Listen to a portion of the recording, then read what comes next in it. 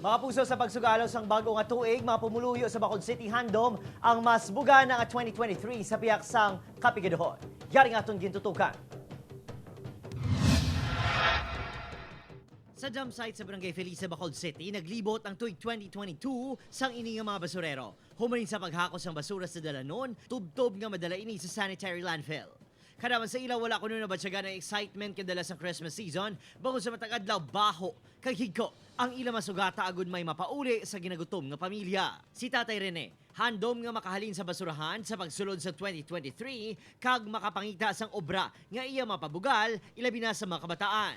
Uruan to sa mga na Kay pigado gid mo. Nga man, nga diri kayo sa basurahan ko, obra man. Okay, di mi nag-apply sir kay amon masarangan ng obra. Ang senior citizen nga si Armando nga naman nagretiro na sa pag-obra sa landfill. Pangamuyo nga hatagan sang mas maayong nga pangabuhi ang pamilya apisar madulaan na sang palangabuhian. Wala pa salamat mga tao no. Muna kabudlay. Pero kisa pa, mga aking pagani na sila nga kung di mo maubos. Ang maobrero naman sa isa kapo sa barangay Handumanan, nagdamol na kuno ang mga kamot sa pag-obra sa katubuhan. Ang makaangkon sa madamo o kwarta ang malayo kuno sa patad. Gani ang ila pangamuyo, bugayan sila sa maayong ang panglawason. Mabuhi lang kami ay adlaw makakaon lang. Wala naman kami handom nga magdamo pa kami kwarta kay pigado man. Importante yung buhi lang ta. Kinanglan ng mga buhi ka lang sa insakto.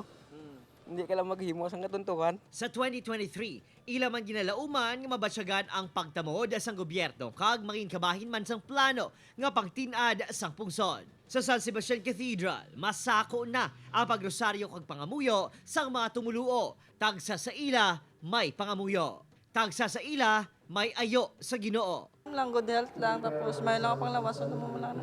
Kung ginhatag ni Lord nga magmanggaranon, kami amo na eh.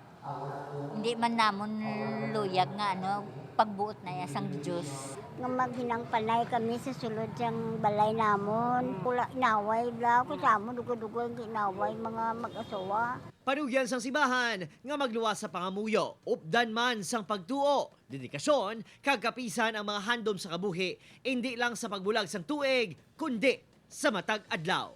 Opod Carinal Casillo, Adrian Prieto, 1 Western Visayas.